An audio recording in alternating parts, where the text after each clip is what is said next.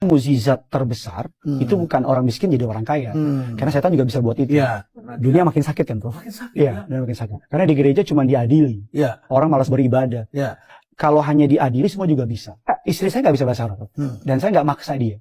Buat apa kita bahasa roh, tapi di rumah kita bahasa Ragunan. Kalau ada pendeta yang memang dari sananya kaya, mau gimana? Masa suruh buang hartanya? Kan? Menarik, gereja Anda ini adalah namanya Kerinduanku. Yes. Ini bahasa kekinian ini. Iya, Bro. Iya. Kayak anak muda sedang rindu dengan pacarnya. Iya. Mengapa namanya Kerinduanku? Jadi awalnya sebagai anak muda, tadinya pengen ke Inggris-Inggrisan, Prof. Ya kan, kayak bukan Korea ya? Oh, bukan ya. Pengen Korea tapi nggak ngerti, Prof. Oh, ngerti, ya. Pengen misalnya kayak Mercy of God atau Army of God atau kayak gitu-gitulah. Tapi setelah mikir, saya tuh punya, walaupun podcastnya nggak sebesar Prof, kita punya renungan harian setiap hari. Puji Tuhan udah berlangsung kurang lebih 3 tahun lebih.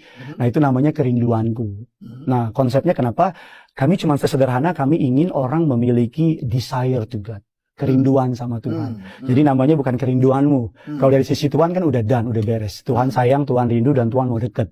Nah, pertanyaannya dari kita nih, kitanya mau deket nggak? Nah, banyak kita kan oportunis sama Tuhan, Prof. Ya kan, doanya menjadi hangat ketika punya masalah. Doanya menjadi penuh dengan penyerahan diri ketika ada tantangan. Tapi ketika lagi senang, mereka lupa sama Tuhan.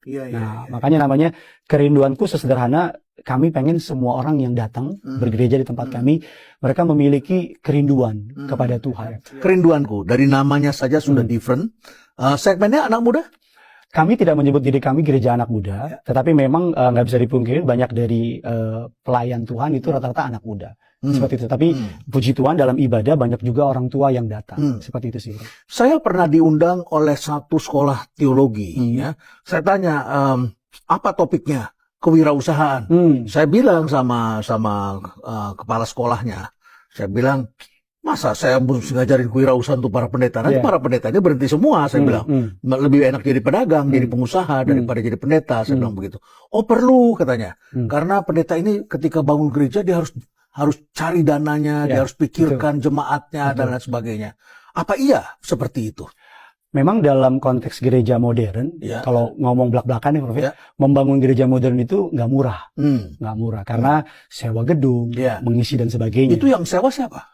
Biasanya gerejanya, Bro. Gerejanya artinya orangnya, Pak Pendetanya, atau yayasannya, atau sekumpulan orang? Sekumpulan orang, ya. Sekumpulan orang. Contoh kayak saya pribadi, ketika saya memulai sebuah pelayanan, saya sama istri memilih untuk memulai sendiri secara mandiri, dan kami baru berdua kan, Prof, dengan beberapa teman-teman.